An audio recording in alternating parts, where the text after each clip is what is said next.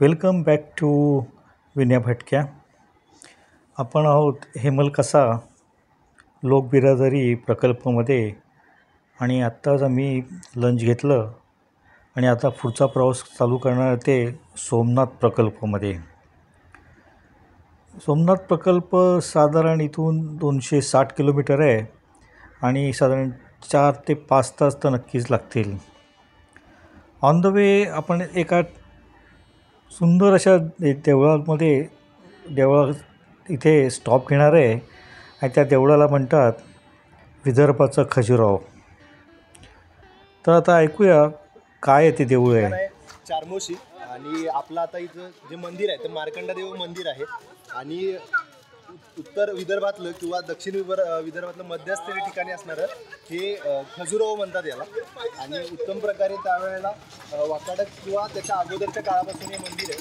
थोडं आता पडझड झालेलं आहे पण खूप सुंदर याच्यावर मूर्ती वगैरे कोरले. तर आपण पुढे बघूया.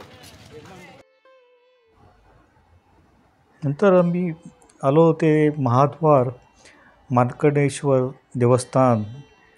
इथे सुंदर असं हे प्रवेशद्वार आहे आणि आतमध्ये तुम्ही जेव्हा शिरता तेव्हा तुम्हाला सुंदर असं वैनगंगा नदीचं दर्शन दिसतं. आणि हे जे मंदिर आहे हे चंद्रपूरपासून नागपूरपासून 260 किलोमीटरवर आहे आणि 196 ते 168 फूट अशा काटकोनात हे बसलेले मंदिरं आहेत. आणि हे जे मंदिर आहे हे वैनगंगा नदीच्या काठावर बसलेलं आहे. सुंदर अशी ही वैनगंगा नदी आहे. पाऊस होता त्यामुळे ती कंप्लीट भरलेली पण होती. आणि इसवी सन 1873मध्ये कॅनिंगहॅम यांनी ह्या मंदिराचा शोध लावला आणि तिथे तेव्हा नोंदवल्याप्रमाणे 24 मंदिरं होती. पण 1777मध्ये वीज पडून बरंच मंदिराचं नुकसान झालं. जवळजवळ 18 मंदिरं तिकडे आहेत आणि ही प्रमुख मंदिरं 11व्या शतकात उभारली असावी असा अंदाज आहे. इथे ही जी 18 मंदिरं आहेत ह्याची नावं दिलेली आहेत. तुम्ही पॉज करून ही नावं वाचू शकता. आणि अतिशय सुंदर उत्कृष्ट शिल्पाकृतीचे नमुने इथे तुम्हाला सापडेल. ही बघा, ही काय अशा सुंदर अशा या बारीक नक्षीदार कलाकृतींप्रमाणे हे बनवलेली आहेत. आणि अशीच मंदिरं तुम्हाला खजुराहोला पण सापडतील. आणि त्यामुळे ह्या मंदिरांना विदर्भाचे खजुराहो असं सुद्धा म्हणतात. ही जी भिंत आहे 6 फूट उंचीची ह्याच्या आतमध्ये आहे आणि समोर दिसते ती वैनगंगा नदी. हिचा उगम मध्य प्रदेशात होतो आणि इथून ती पुढे जाऊन वर्धा नदीला मिळते आणि पुढे वर्धानगरवरनं ती दुसरी नदी तयार होऊन गोदावरीला मिळते. हे कॉम्प्लेक्सचा एंट्रन्स आहे. आता बरीच रिस्टोरेशन वर्क चालू आहे इथे आतमध्ये, त्यामुळे सगळं मंदिर काय आपल्याला बघायला अलाउड नाही आहे. बऱ्याच ठिकाणी कामं चालू आहेत. हे बघा, हे दिसतंय तुम्हाला दिसतं बॅरिकेड. ही कामं चालू आहेत त्यामुळे जवळ 25 ते 30% मंदिरच आपल्याला इथे बघायला मिळतात. अशी नावंसुद्धा लावलेली आहेत.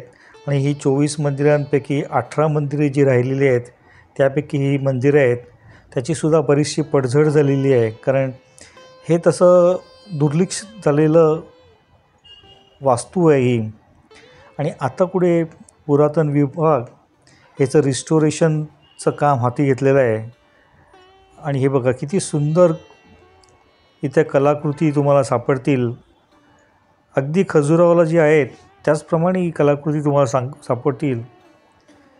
हे मंदिर मोठं होतं पण याच्यावर 1777मध्ये वीज कोसळली असं सांगतात आणि त्याच्यामुळे बराचसा मंदिराचा भाग हा कोसळून गेला आणि त्याचंच रिस्टोरेशन वर्क चालू आहे. पण अप्रतिम नक्षीदार कलाकृती तुम्हाला या प्रत्येक भिंतीवर तुम्हाला दिसतील. आणि आपल्याला खरंच कल्पना पण करवत नाही की सन 11व्या शतकात या लोकांनी ही कशी काय कलाकृती केली असावी आणि कसं हे मंदिर उभं केलं असावं. हे मेन मंदिर आहे शिवाचं. आणि तुम्ही इथून आतमध्ये जेव्हा शिरता तेव्हा बाहेर ही कलाकृती जे दिसते बघा इथे काय सुंदर आहे. आणि याचा इथे एक म्हणजे गाईडच नव्हता, त्यामुळे आपल्याला ह्याची माहिती फार काय मिळू शकली नाही. जे काय अवेलेबल आहे ते गुगलवर मिळते. ही वैनगंगा नदी मगाशी सांगितल्याप्रमाणे तेवढं मोठं हे पात्र आहे. मध्य प्रदेशातमधून उगम होतो, पुढे वर्धा नदीला मिळते. आणि हे बघा ही आतमध्ये शिरताना तुम्हाला ही दिसते, ही एक सुंदरी अशी दिलेली आहे. हा नंदी शिवाच्या ह्याच्यामध्ये या बाजूला सुद्धा एक सुंदरीचं शिल्प आहे. काय सुंदर असं बघा हे कलाकृती आहे. आतमध्ये शिरल्यानंतर इकडे सुद्धा थोडंसं रिस्टोरेशन वर्क चालू आहे, पण तुम्ही प्रत्येक खांबावर बघा काही ना काहीतरी सुंदर अशी ही कलाकृती केलेली तुम्हाला दिसेल. इथे साधारण तुम्हाला जर आवड असेल या गोष्टीची तर 2-3 तास तुम्ही नक्कीच घालवू शकता. पण एखादा गाईड जर असेल, पण गाईड तिथे काय दिसलं नाही तर तुम्हाला सगळी माहिती मिळू शकते. नाहीतर पर्यटकासारखं याचं नुसत्या कलाकृती बघायच्या आणि हे बघा काय छान आहे आणि मग निघून जायचं. आणि फार थोडीच माहिती या मंदिराबद्दल आहे, म्हणजे मंदिराच्या कॉम्प्लेक्सबद्दल अवेलेबल आहे. इवन तुम्ही गुगल जरी सर्च केलं तरी फार अशी काय माहिती इथे मिळत नाही. त्यामुळे हे दुर्लक्षित झालेलं मंदिर आहे आणि ह्याचं फार काही तोडफोड झालेली दिसत नाही आहे, जशी आपली पश्चिम महाराष्ट्रामध्ये झालेली आहेत तशी काय इथे दिसत नाही आहे. आणि हा आतमध्ये गाभाऱ्यात आल्यानंतर हे शिवलिंग आहे, फार सुंदर असं आहे. आणि ह्या बाजूला अजूनसुद्धा म्हणतात की या वैनगंगाच्या किनाऱ्यावर अजूनही बरेच काही शिल्प सापडतात. जेव्हा बांधकाम होतं तेव्हा शिल्प सापडतात. हे बघा ना किती सुंदर कोरीव रेखीव काम आहे. आणि म्हणूनच त्याला म्हणतात हे विदर्भाचा खजुराहो. तुम्ही खजुराहोला जर भेट गेला असाल तर तिकडेसुद्धा अशीच मंदिरं आहेत, पण त्या मंदिराची देखभाल अतिशय व्यवस्थित ठेवलेली आहे. त्याचप्रमाणे या मंदिराची सुद्धा देखभाल जर व्यवस्थित ठेवली तर महाराष्ट्रामध्ये हा एक अतिशय उत्कृष्ट असा हा स्पॉट निर्माण होईल. महाशिवरात्रीला इथे खूप गर्दी असते, लोक पण बरीच येतात. आणि हे जी दिसते ही थोडीशी क्लोजअप घेतलेली फोटो आहेत आणि त्याच्यावर जी नावं आहेत बघा काय छान अशी शिल्प आहेत. खरंच हे मला पण बिलकुल माहीत नव्हतं. जेव्हा आमच्या ग्रुप लीडरनी जेव्हा सांगितलं की आपल्याला एका ठिकाणी भेट द्यायची आहे, तेव्हा कळलं की ह्या साईडला हे मंदिर आहे. चंद्रपूर आणि चार्मोशी त्या रोडवर तुम्हाला हे मंदिर मिळेल. चंद्रपूर मूल आणि चार्मोशीच्या रोडवर हे आहे. मूलपासून साधारण हे 26 किलोमीटर अंतरावर आहे आणि नागपूरपासून 260 किलोमीटर अंतरावर आहे. काय सुरेख अशी ही कलाकृती आहे बघा. आणि आपल्याला म्हणजे मला तरी माहीत नव्हतं जोपर्यंत आम्ही इथे पोचलो नाही तोपर्यंत. इवन पोचण्याच्या अगोदर जरी माहिती असती तरी थोडाफार अभ्यास केला असता. पण तुम्ही कधी विदर्भ साईडला गेला तर नक्कीच या मंदिराला भेट द्या. त्याच्या अगोदर तुम्हाला काय माहिती वाचायला मिळाली तर ती वाचून जा, म्हणजे मंदिर बघायला सुद्धा मजा येईल. असं एक छान मंदिर आहे. आजूबाजूला जी राहिलेली मंदिरे आहे थोडीफार ती आम्ही बघितली आणि बाकीच्या परिसरात रिस्टोरेशन वर्क चालू आहे. एखाद्या वेळेस 2-3 वर्षानंतर अजून हा एरिया चांगला डेव्हलप होईल आणि तिथे अशी नावं पण देऊन ते लोकांना माहिती देतील.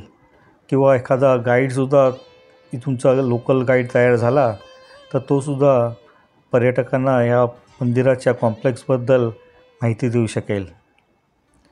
बघा किती सुरेख आहे आणि अजूनही चांगल्या सुस्थितीत आहे. फक्त हे वीज पडल्यामुळे हे असं झालेलं आहे. बाहेर आल्यानंतर तुम्हाला हे नेहमीप्रमाणे मंदिराच्या बाहेर दुकान दिसतात तशी आहेत. आणि असं करत आम्ही आमचा प्रवास पुढे चालू केला.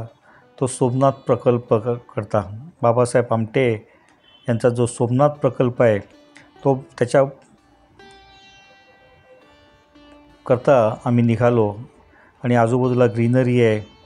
नंतर लेफ्ट हँड साईडला तुम्ही बघाल तर हा सूर्योदय होतो आहे, सनसेट होतो आहे. सुंदर असा हा सीन होता. छान सनसेट दिसत होता. आणि असं करत आम्ही पोचलो सोमनाथ प्रकल्पाच्या गेस्ट हाऊसमध्ये. हे दिसतंय हे सोमनाथ प्रकल्प आणि समोर आमची ही बस उभी आहे. ह्याची माहिती आपण पुढच्या भागात घेऊ.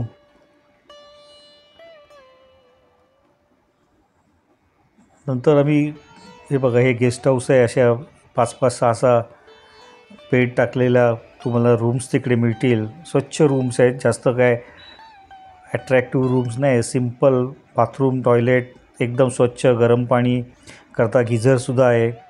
नंतर आम्ही जेवायला आलो. जेवणसुद्धा अतिशय सुरेख होतं.